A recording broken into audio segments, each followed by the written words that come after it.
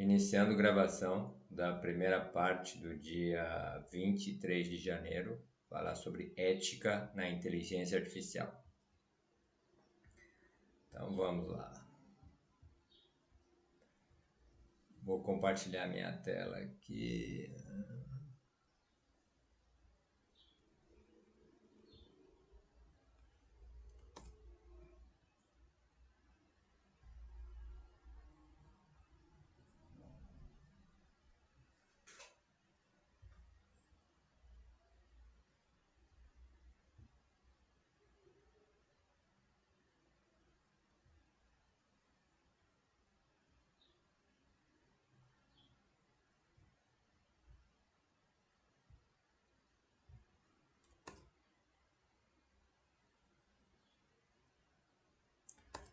Beleza. Bom, ultimamente tem ficado muito efervescente essa questão sobre ética e inteligência artificial, né?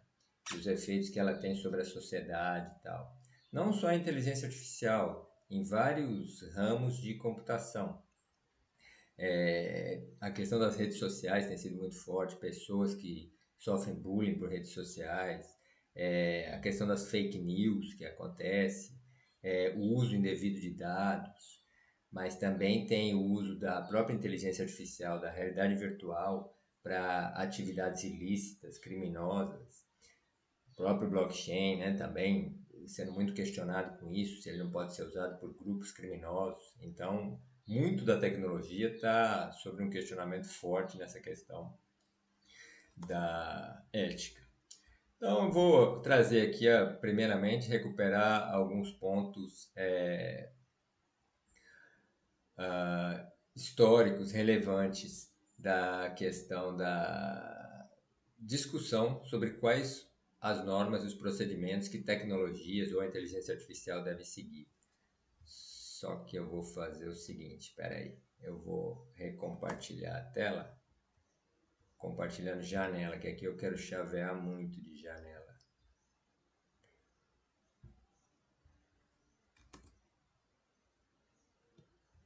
Vamos ver aqui. Isso, beleza. Então, primeiro, vocês conhecem o Isaac Asimov? Não é do tempo de vocês? Conheço. Opa, conhece, ó, não é do tempo, mas ele é famoso, né? O Isaac Asimov é um escritor de ficção científica russo e ele escreveu um filme, esse talvez vocês conheçam, chamado Eu, Robô. Deixa eu ver se eu acho aqui. Eu, Robô. Eu conheço ele a partir do livro dele que inspirou Blade Runner. Ah, sim, também. Outro famoso. Ele escreveu, acho que, quase 500 livros, o Isaac Asimov. E ele escreveu quase 500 livros. É, Então, ele escreveu muito. Ixi, mas eu não consigo pegar aqui. Vou fechar meu compartilhamento de novo e abrir de novo só no Isaac Asimov aqui. Pera aí.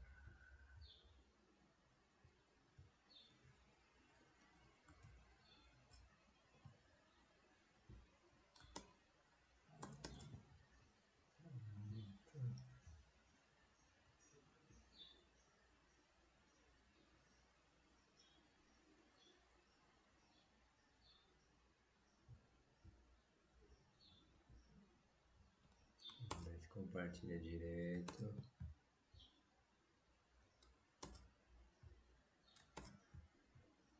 Então, Isaac Asimov aí, ele escreveu muitos livros.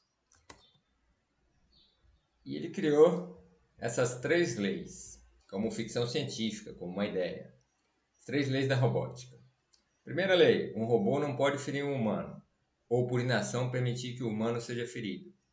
Segunda lei, um robô deve obedecer todas as ordens que um humano der, menos as que causem alguma violação na primeira lei. Ou seja, você tem que fazer tudo que o humano mandar, mas você não pode, ao fazer isso, ferir um humano ou permitir que um humano seja ferido por você não fazer nada. Terceira lei, um robô deve se autoproteger, deve proteger a ele próprio, desde que não viole as duas primeiras leis. Então você tem que proteger sua integridade, mas se um humano te mandar fazer uma ação, mesmo com risco da sua integridade, você tem que fazer. Porque essa ação pode ser muito relevante. Aí o humano, entre aspas, deveria ter discernimento para julgar se vale o risco de destruir o robô ou não. E de jeito nenhum ele pode proteger a integridade dele, deixando um humano morrer, sofrer, ou fazendo mal a um humano. E aí depois de muito tempo eles criaram a lei zero, né? A quarta lei, ou a lei zero, que um robô não pode fazer mal à humanidade. E nem por não fazer nada, por inação, permitir que seja feito algum mal. Numa época em que cada vez mais estava surgindo a consciência global, né? Estava no contexto da Guerra Fria, Estados Unidos, União Soviética, estava surgindo esse contexto. Então, a gente começa a pensar como humanidade.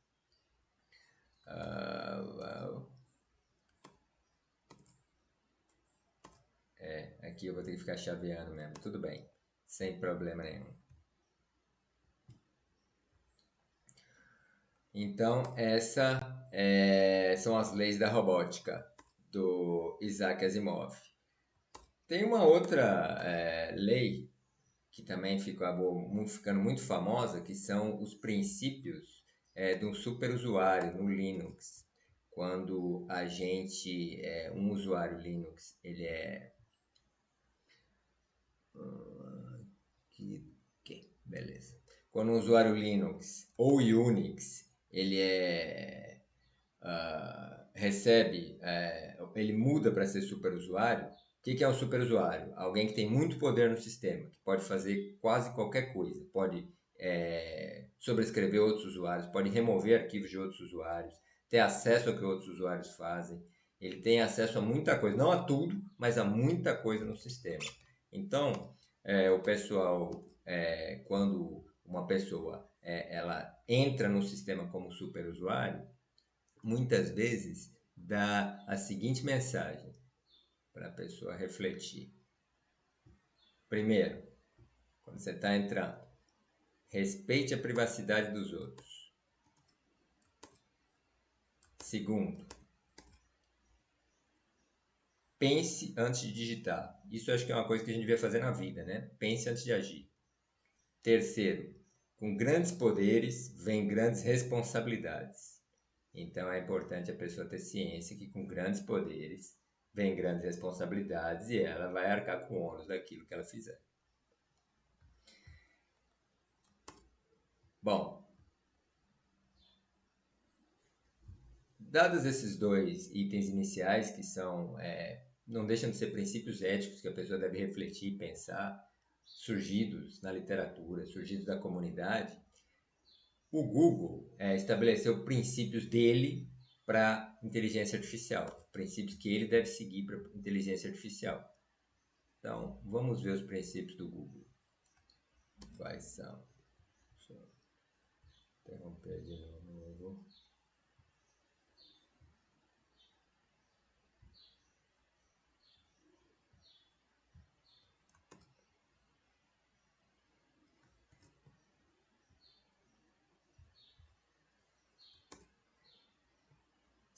Então, ele tem 7 princípios e depois 4 coisas que ele procura evitar. Primeiro princípio, seja socialmente benéfico. Seja benéfico, que a inteligência artificial seja usada para coisas úteis, boas. Segundo, evite criar ou reforçar dados viesados, dados não justos, não corretos. Por exemplo, estereótipos sobre mulheres, meninas. Por exemplo, estereótipos sobre negros. Por exemplo, discriminação sobre algum tipo de população. No momento, por exemplo, está muito em voga a questão dos judeus, dos palestinos, mas poderia ser muçulmanos, poderia ser africanos. Evitar qualquer viés desse tipo. Ser feito para segurança. O sistema tem que ser seguro. Ser feito e testado para segurança. Ser explicável e ser inteligível para as pessoas. As pessoas precisam entender o que está sendo feito. E o sistema tem que ser capaz de dar conta. Eu estou fazendo isso, isso, isso, baseado nas instruções que você me deu. Incorporar princípios de privacidade. Ou seja, ele tem que respeitar as leis do país, do mundo, que dão direito à privacidade das pessoas. E um princípio dele é respeitar a privacidade de cada um. Claro, não para cometer crimes. Se houver determinações judiciais que a autoridade deve ter acesso a alguma coisa ilícita que a pessoa fez, aí isso sobrepassa o princípio. Mas, sem isso, qualquer usuário tem direito à privacidade daquilo que ele faz. Buscar padrões de excelência científica. Tentar buscar e manter, né, ao longo do tempo. Então, tentar fazer o maior estado da arte possível para a excelência científica. E ser feito de acordo com esses princípios. E ele falou que ele não vai apoiar, não vai na direção de coisas que causem qualquer tipo de mal, ou armas ou outras tecnologias que vão causar ferimento ou morte, tecnologias que captem informações para vigilância sobre as pessoas, violando normas internacionalmente aceitas, por exemplo, governos totalitários que tentem vigiar as pessoas para obter informações e controlar a vida delas e perpetuar o seu domínio ditatorial. E tecnologias que sejam contrárias à questão dos direitos humanos internacionais, tecnologias que visem algum tipo de violação dos princípios de direitos humanos internacionais. Esses são os princípios do Google, ele diz que vai seguir da inteligência artificial. Vamos ver o que é inteligência artificial, por outro lado, responsável. Isso várias empresas. Esses que a gente viu são do Google. Agora nós vamos ver alguns que várias empresas seguem. Então, o que é a inteligência artificial responsável? O que são os princípios que elas devem seguir? Vocês vão ver que são muito parecidos com o do Google. Né? Bom, primeiro, o que a inteligência artificial responsável procura fazer? Qual é o objeto de estudo dela? Qual é o ambiente em que ela se insere? O que ela procura fazer é analisar o impacto social que ela causa, porque a inteligência artificial, além de uma tecnologia, ela causa impactos sociais. Nós discutimos muito, por exemplo, a questão da substituição do emprego. Mas se a gente voltar um pouquinho aqui nas questões dos princípios do Google que a gente já viu lá, tem o fato de ela poder abusar da privacidade das pessoas, entrar na privacidade para violar direitos daquela pessoa. Ela pode também ser usada por criminosos, grupos criminosos, ou mesmo por governos ditatoriais para controlar a sua população e impedir que essa população tenha acesso à livre escolha do seu destino. Ela pode ser usada para construir armamentos de destruição em grande escala. Ela pode ser usada para discriminação de determinados grupos. Pode ser para domínio, por exemplo, sobre mulheres, mas pode ser também para discriminação de grupos étnicos, seja racial, por cor da pele, seja por etnia, judeus, negros, muçulmanos, como a gente falou, latinos, né? Isso é muito falado nos Estados Unidos. Na Europa tem muita questão da imigração atual, dos asiáticos, africanos, então ela pode ser usada para isso também. Então a ideia da IA responsável é considerar o impacto social que as ferramentas que fazem parte dela causam. Então, quais as dimensões? O que ela procura fazer? Ela procura ser justa no seguinte sentido: ela deve ser imparcial a qualquer situação, ela não deve ter estereótipos, ela não deve ter viés. Se você colocar lá um pesquisador, esse pesquisador pode ser homem ou mulher, pode ser branco ou negro. Você lembra daquele exemplo que eu dei? Você fazer uma busca de bebê, né? Nenês. Você faz uma busca de bebês na sua máquina. Deveria haver bebês de todos os tipos. Bebês brancos, negros, asiáticos, indígenas. Claro, se você é um usuário daquela máquina há muito tempo, se você é uma pessoa branca, por exemplo, você só pega pessoas brancas, ela provavelmente vai memorizar suas preferências e vai te dar de acordo com a sua preferência.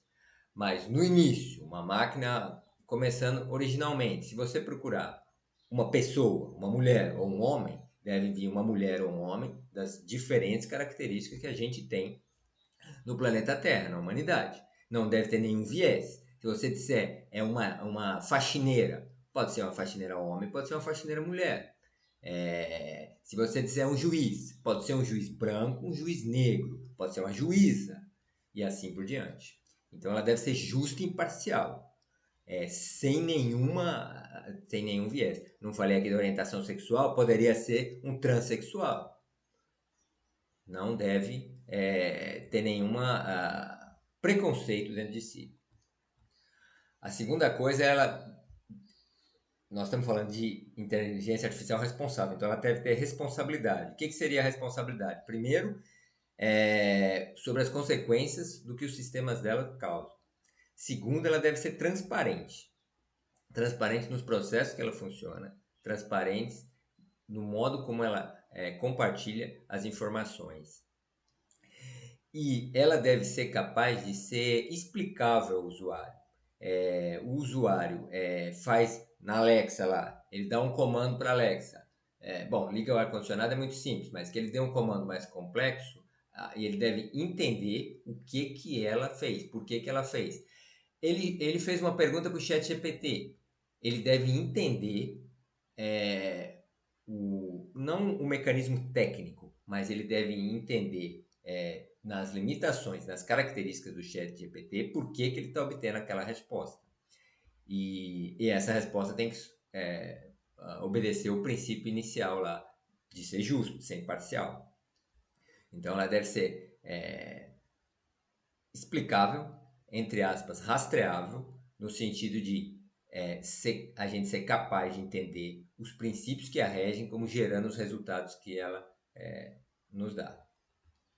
A outra coisa também, vocês se lembram lá, essa aqui, IA responsável, é genérica, é uma proposta para o mercado inteiro. Vocês se lembram no Google também, ele nos princípios dele falou da segurança. Ela tem que ser segura. Tem que ser segura no sentido de que o sistema não pode ter um problema interno que vai causar um resultado danoso, terrível. E também ela tem que ser segura a pessoas que vão fazer mau uso dele e com esse mau uso causar um problema para comunidades, para a humanidade, provocar guerra, provocar distorção de fatos, etc.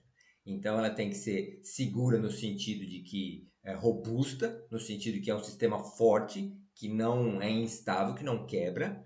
E por outro lado, ela tem que ser segura no sentido de, se ela receber tentativa de mau uso, ser capaz de não fazer isso, filtrar isso e não dar as respostas pertinentes. E novamente, um tópico. Vocês lembram lá do superusuário do Unix, que falava da privacidade? Os princípios do Google falam da privacidade. E aqui a IA responsável fala de novo. Tem que respeitar as leis de privacidade do país, internacionais, e respeitar a privacidade do usuário.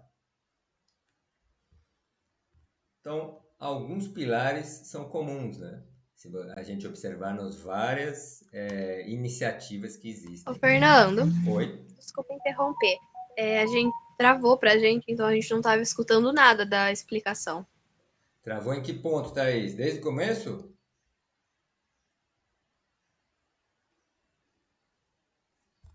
Thaís? Não foi desde o começo, não. Meninas, me Eu, dá uma ajudinha. Em qual parte aqui desse texto que ele tava? eu tava na IA responsável já? Pelo menos isso eu tava. Já sim. Sim, que Já. estava na IA responsável. Eu tinha passado Isso. já de responsabilidade, de segurança. Não, Não. Não, responsabilidade eu tinha? Isso, uma parte. Tá. Tá, não, então voltando. A IA responsável, ela tem que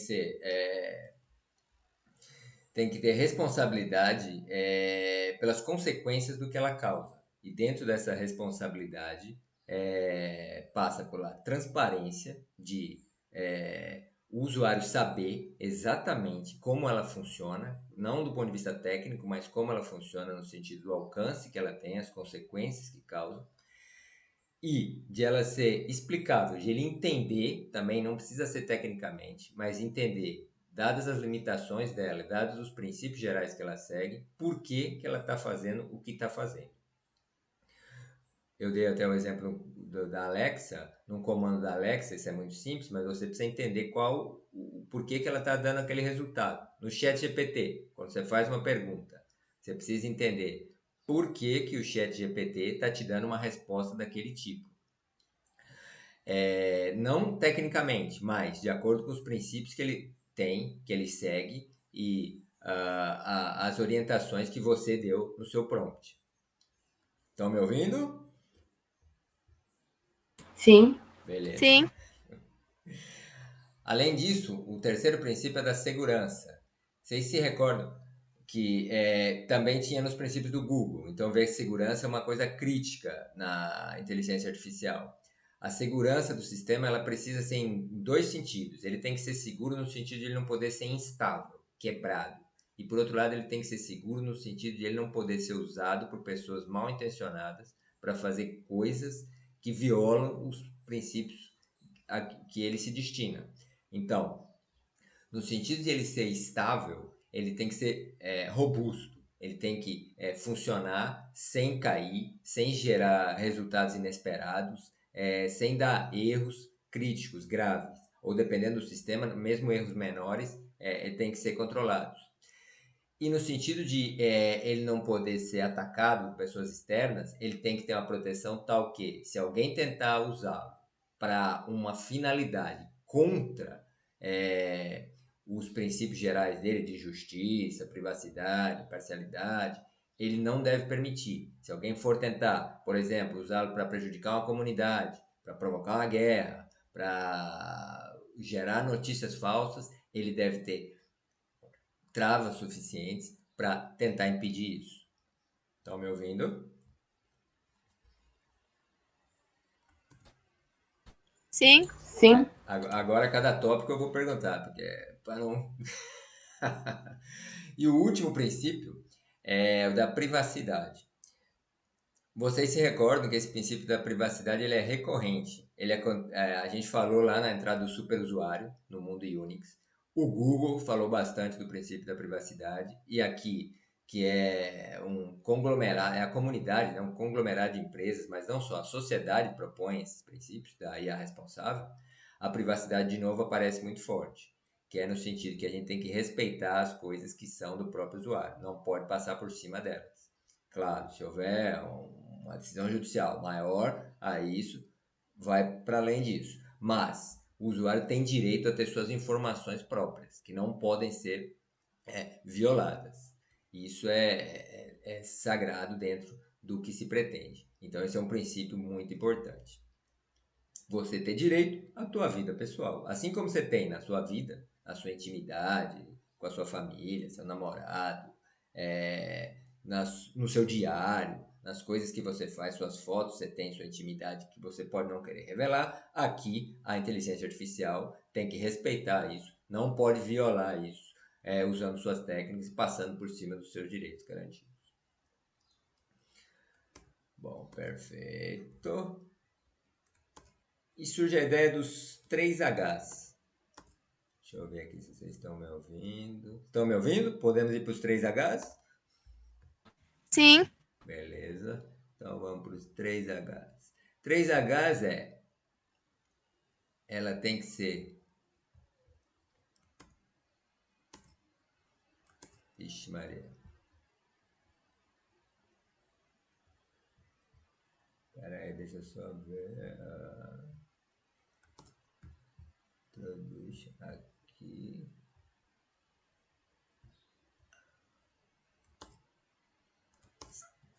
Os 3 Hs. Tem que ser helpful, útil, honest, honesta, justa, e harmless, não provocar mal. Você poderia traduzir como inofensiva, talvez. De novo, surgindo a mesma ideia. Ó.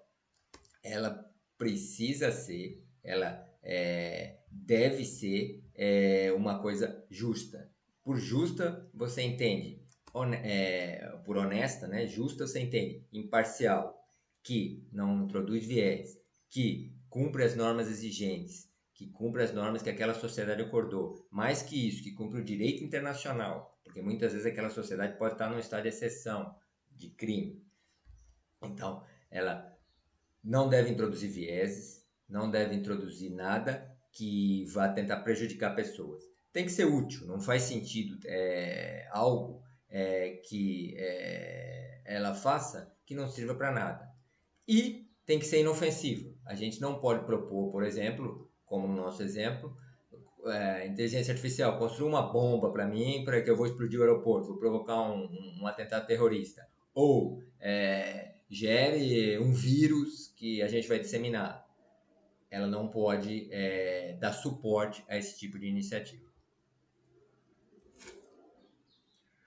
Controlar o tempo. Beleza. Então, eu quero mostrar para vocês 2 projetos que acabaram sendo unidos num só, porque as pessoas acharam que eles tinham muito a ver entre si e resolveram, então, uni-los num só. Então, esse aqui é o unidor, né? Vamos começar pelos que não são os unidores. Então, tem o Project Origin, poderíamos traduzir como Projeto Origem, talvez, mas o Origem aqui você entende a origem da informação, tá? Então, esse projeto o que ele visa fazer? Ele visa combater a desinformação. Isso, essa é uma discussão longa, se vocês se recordam, né? Não sei se alguma costuma ver alguma coisa religiosa, mas isso aí todo mundo conhece, independente de religião. Nos filmes de Jesus a gente vê lá Pilatos perguntando para Jesus. Jesus diz, eu sou a verdade. Pilatos pergunta, e o que é a verdade, Jesus? Para quem gosta de filosofia e da área de humanas, Sócrates, né? 400 e poucos anos antes de Cristo, já buscava saber o que é a verdade. Se a gente for lá para o Oriente, os sábios lá da Índia, do Egito, viviam buscando o que é a verdade. Então, essa questão de dizer o que é a verdade é uma questão complexa. É claro que tem a verdade factual, a realidade, e a verdade mais etérea, filosófica. Eu não vou entrar nessa distinção aqui. Mas o objetivo do projeto é tentar pegar notícias que claramente foram plantadas para tentar distorcer fatos e manipular a opinião pública ou algum grupo ou os seguidores daquela pessoa. Então, esse projeto é encampado pela BBC. Vocês conhecem a BBC? Sim. BBC é famosa, né? É a maior, talvez, rede pública do mundo, a BBC britânica. A gente vê muitos documentários da BBC na TV, animais, sobre história, sobre ciência. É encampado também pela Microsoft e tem várias outras agregadas. Mas as líderes eram essas duas. A BBC é uma empresa de comunicações, né? Então para ela é vital essa questão da desinformação. Ela, uma empresa de comunicações, vive da credibilidade do seu público. Então, ela precisa assegurar ao seu público que o produto de qualidade que ela entrega, as notícias, são verificadas e não foram manipuladas por ninguém que quis distorcer a realidade. Bom, aí paralelo a isso, esse é um projeto então contra a desinformação. Aí surgiu esse outro projeto aqui, que a gente poderia traduzir por iniciativa de autenticidade de conteúdo. Não deixa também de ter alguma relação com a desinformação, mas o objetivo aqui principal não é esse. O objetivo aqui principal, veja que a BBC está aqui de novo. O objetivo principal aqui é, como é que eu sei se isso aqui foi gerado por inteligência artificial ou não? Da onde veio essa imagem, esse vídeo, esse texto? Então, eles conversaram para tentar estabelecer a proveniência, quais ferramentas foram usadas para construir aquilo. Se for uma pessoa, um poema que a Rafaela fez sobre Islã, ou se foi o ChatGPT que gerou aquele poema sobre Islã. Se for um design que a Maria Rita fez sobre uma casa linda na praia, ou se foi algum gerador de imagens. Se for um programa que a Thaís codificou para fazer um protótipo da sua turma, ou se foi gerado pelo Copilot. Então, eles conversaram vários padrões. Uma possibilidade, por exemplo, é você botar uma marca d'água. Teve até uma reunião, se não me engano, não sei se vocês viram na imprensa, com o Biden, acho, né? Que os principais líderes estavam falando e acordando em botar uma marca d'água nas imagens geradas por IA, para qualquer um ver facilmente. Outra possibilidade é botar uma assinatura criptográfica. Então, você coloca uma assinatura tal que, se a pessoa rastrear aquela assinatura, vai saber exatamente qual ferramenta gerou, em que condições, com que uso, com que dados de entrada. E assim por diante. Então, essa é uma paralela àquela lá. Aquela lá era para desinformação, essa aqui é da onde veio essa informação. Ela foi gerada por ferramenta de inteligência artificial ou não e em que condições. Bom, tá bom. Aí os dois se uniram. Por quê? O que aconteceu? Eles perceberam... Ah, sim, peraí. Esqueci de mostrar aqui quem são as empresas. As empresas. Vocês viram aqui. Opa, tinha aqui. Ó, tem várias. Associated Express e tal. Mas a principal líder aqui era... Não vai aparecer aqui. É a Adobe. Adobe vocês devem conhecer, é a que faz o Acrobat Reader, faz várias manipulações de PDF, tem várias gerações de mídia. Talvez a Maria Rita, como trabalha com design, conheça melhor. Ela tem várias ferramentas nessa área. Então, ela é a principal propositora. Mas vocês podem ver que tem muitas outras, né? E grandes, ó, Canon, a própria BBC, as de imagem. Observa que tem muitas de imagem, porque isso se tornou crítico na questão de imagem, né? Você saber se uma imagem é a do Papa ou não, é a do Trump ou não, é a do sujeito pousando na Lua ou não, ou se isso é fake. E aí, deixa eu ver, estão me ouvindo? Agora eu fiquei preocupado. Sim. Beleza. Sim. Então aqui, aí as duas se uniram e fizeram, as duas iniciativas se uniram e fizeram, olha, nós estamos fazendo no fundo, o que a gente está tentando é tornar a inteligência artificial mais segura. Então vamos fazer uma coalizão para tudo que puder gerar algum problema da inteligência artificial, seja desinformação, notícia falsa, seja pessoas gerando um vídeo lá do Barack Obama para querer se passar pelo Barack Obama, seja alguém gerando uma imagem que teve um desastre lá numa mina de ouro que nunca existiu. Como aquele exemplo lá, pessoas gerando fotos das meninas lá da escola, inadequadas, gerando bullying, gerando uma notícia falsa sobre bullying que leva a menina a ter crise psicológica. Vamos unir tudo isso numa coalizão só. Tudo que puder regrar a inteligência artificial para ela não fazer mal à população, para ela ser benéfica socialmente, como a gente viu na IA responsável, vamos unir e vamos gerar aqui a coalizão para autenticidade e origem, proveniência de conteúdo. Então, vamos fazer uma coalizão para garantir que as informações que a IA gerou não são desinformação, não são notícias falsas plantadas por ninguém, seja por má intenção, porque a pessoa quer manipular, seja por ignorância. Às vezes a pessoa planta uma notícia por ignorância, uma notícia falsa. E ao mesmo tempo dizer, olha, ela veio dessa ferramenta, foi gerada por inteligência artificial, não é um fato real, nessas condições, com esses parâmetros dentro do possível. Então eles criaram essa colisão. E aí as principais, né, a Adobe, que era uma das líderes da colisão das imagens, a BBC, que era a líder da outra colisão, e a Microsoft. Aí se uniram outros, a Intel. A Intel também é bem famosa, não sei se vocês conhecem a Intel? Sim. A Intel é produtora de chips, né? Produtora de hardware, de equipamentos computacionais. A Sony e várias outras muito relevantes. E aí criaram essa coalizão, então, nesse objetivo. O vídeo basicamente explica o que eu falei.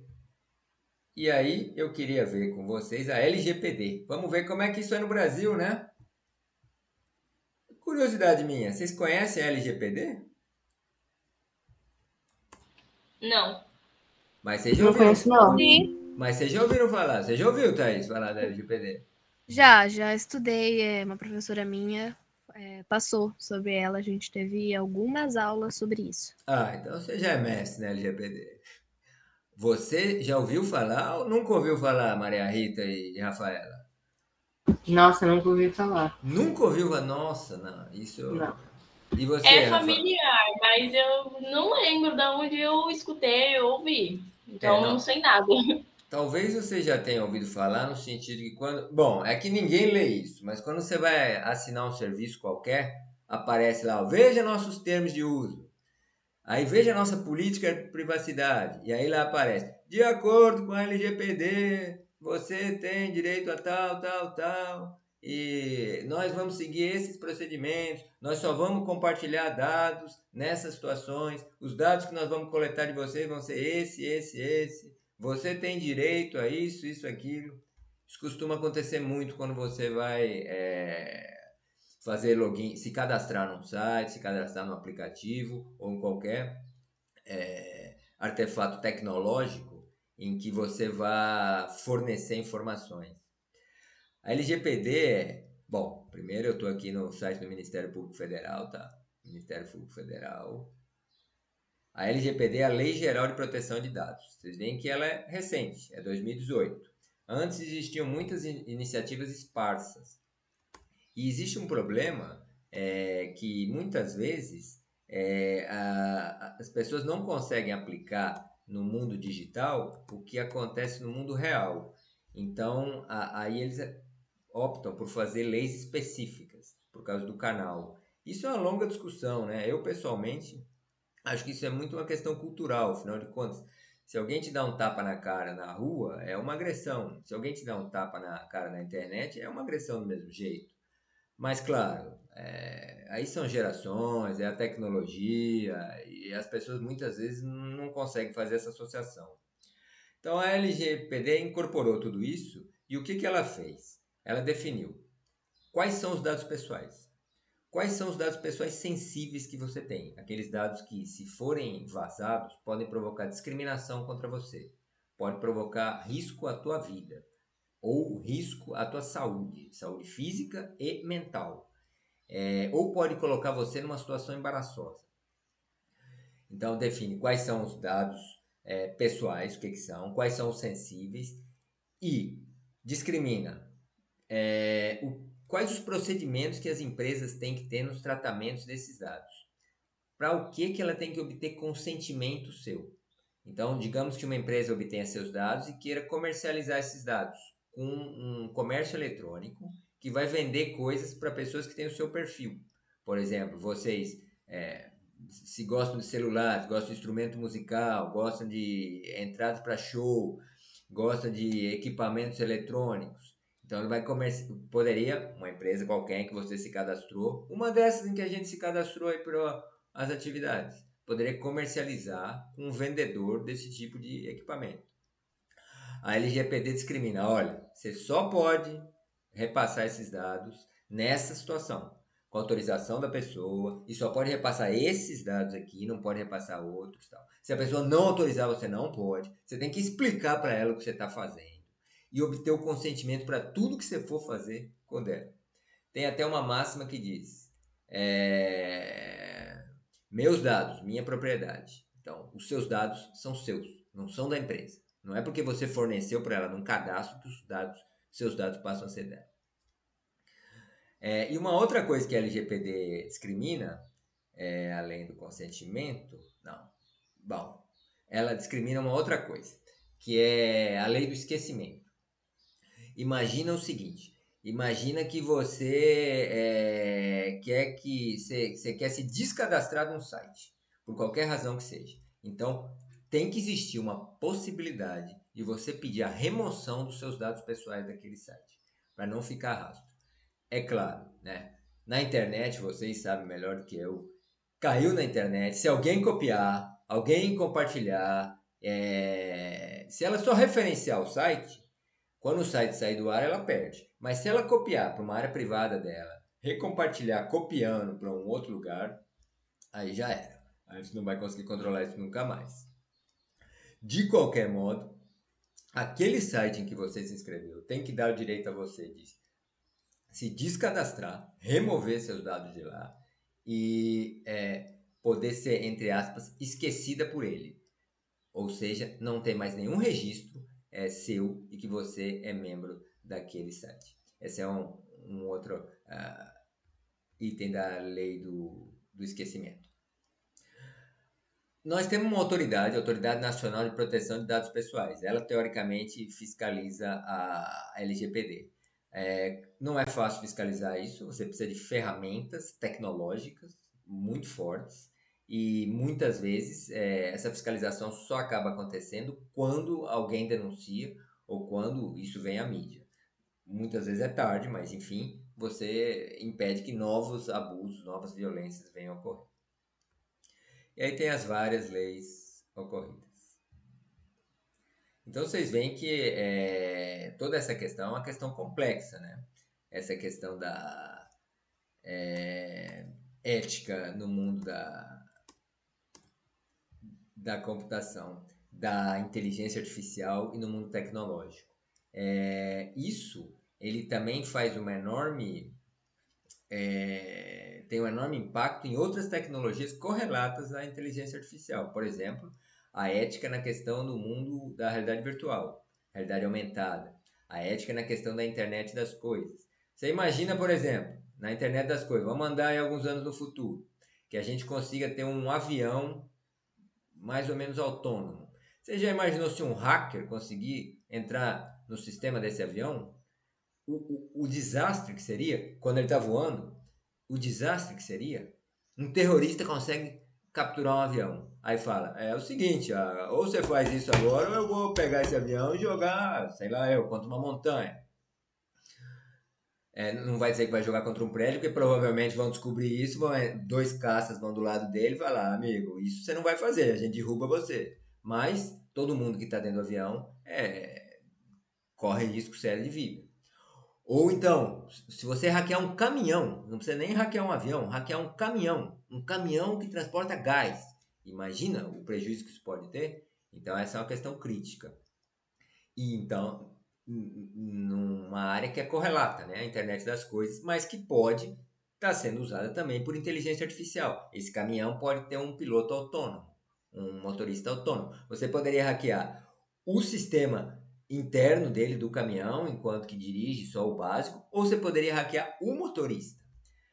Por isso é tão crítico seguir os princípios para que a gente consiga segurança, robustez, imparcialidade e seja benéfico para a sociedade. Beleza. Gostaria de comentários. Alguém gostaria de fazer alguma observação, comentário, dar sua experiência pessoal sobre esse assunto? Eu estava aqui pensando, né? Hoje em dia, a gente está sempre conectado a essas coisas, principalmente por conta do celular. Quem não usa computador, tablet, sempre tem um celular.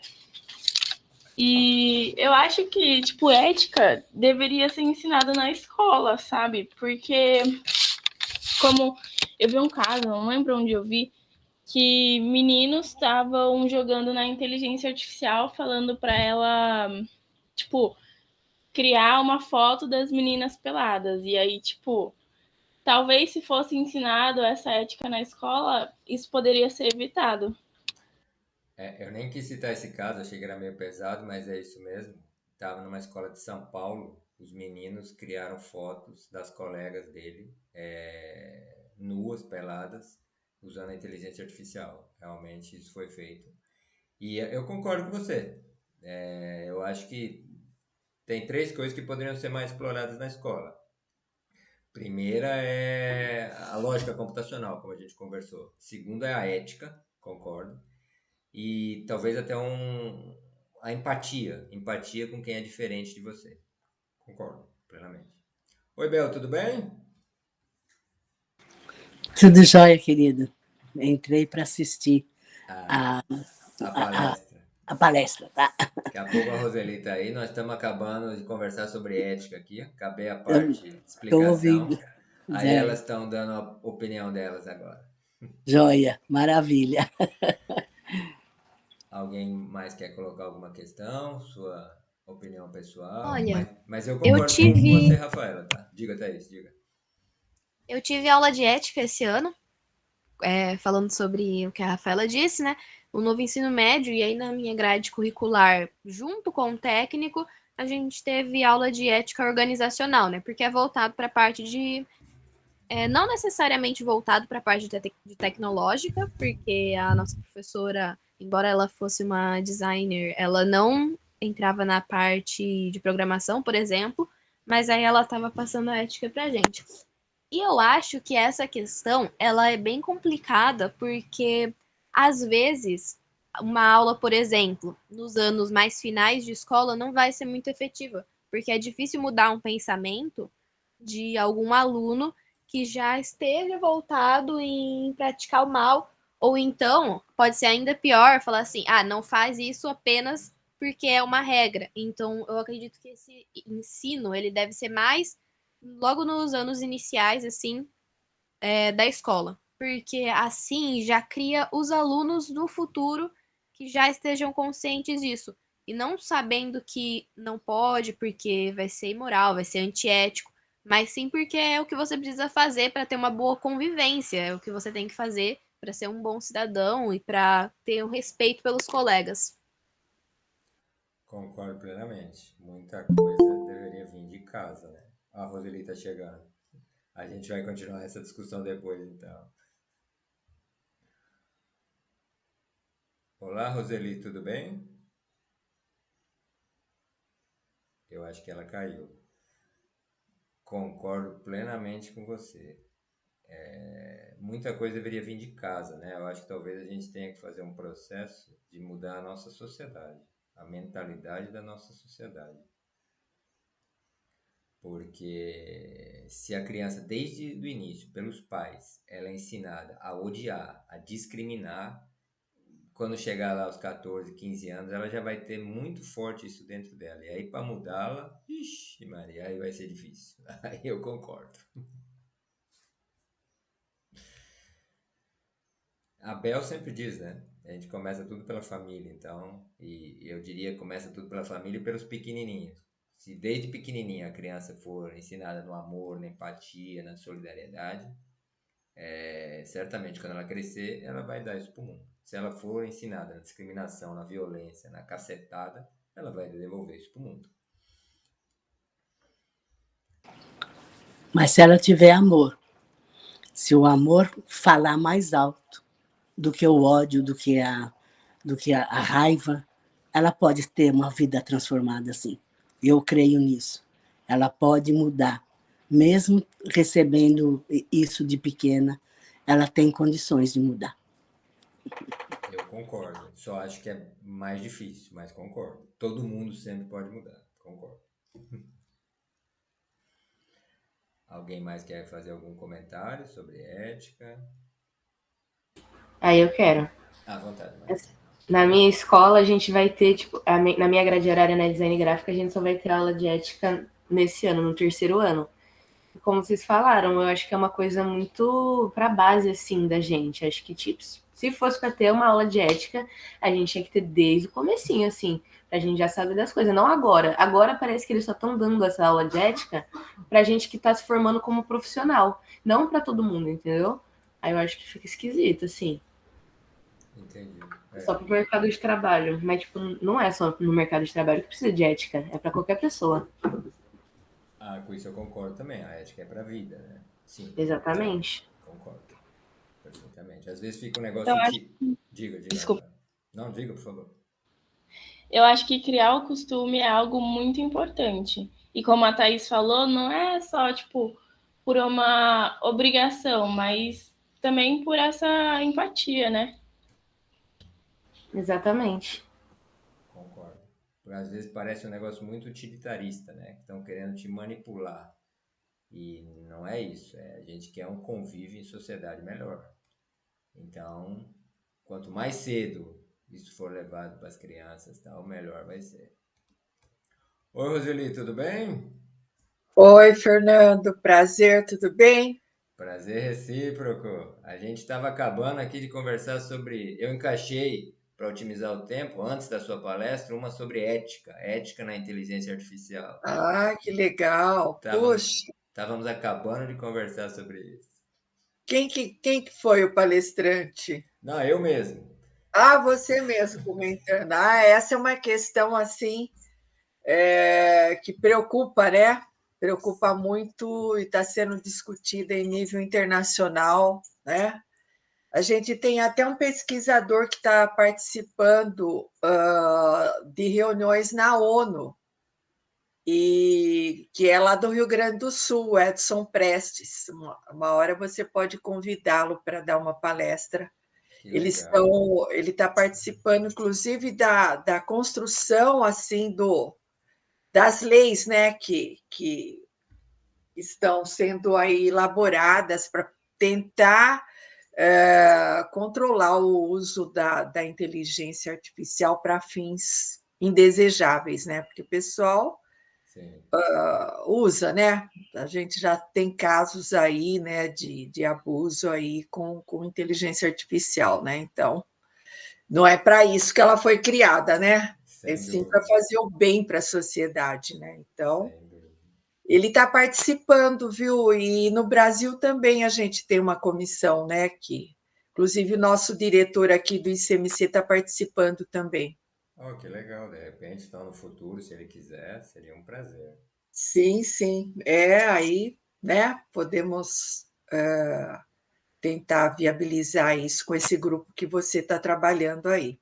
Eu sei que você milita muito na área de robótica. Eu comecei falando para elas das leis do Isaac Asimov, lá Sim, atrás, sim. que inspirou muita É, coisa. então, desde aquela época do Isaac já tinha essa preocupação, né, de não violar a segurança do humano, né, sempre, sempre. E com sistemas computacionais é a mesma coisa, né, não só com um robô ele tem um sistema computacional por trás controlando, né, então a ideia a preocupação sempre foi essa, né? Não atingir o ser humano, é para auxiliar o ser humano, né? E não prejudicar de nenhuma forma, né? Hoje, com esse grande volume de dados, a questão de privacidade também é algo assim que está também preocupando, né? Porque a gente acaba expondo todos os nossos dados, né? E as contas podem ser, né, violadas, a gente pode estar comprando coisa na internet e de repente o pessoal pegando ali os nossos dados e fazendo compras também, né? Então, uma grande maioria aí dos sistemas computacionais estão desenvolvendo, né, preocupados aí com a segurança também, né, do uso desses sistemas, né? A gente conversou rapidamente sobre a inteligência artificial responsável, né? Os princípios dela, sobre os princípios do Google, sobre o projeto Origin lá da Microsoft e BBC, depois sobre o projeto de autenticidade da Adobe e a coalizão internacional que elas fizeram para a proveniência do conteúdo e autenticidade. E depois da LGPD, né? Foi esse basicamente o tema dela.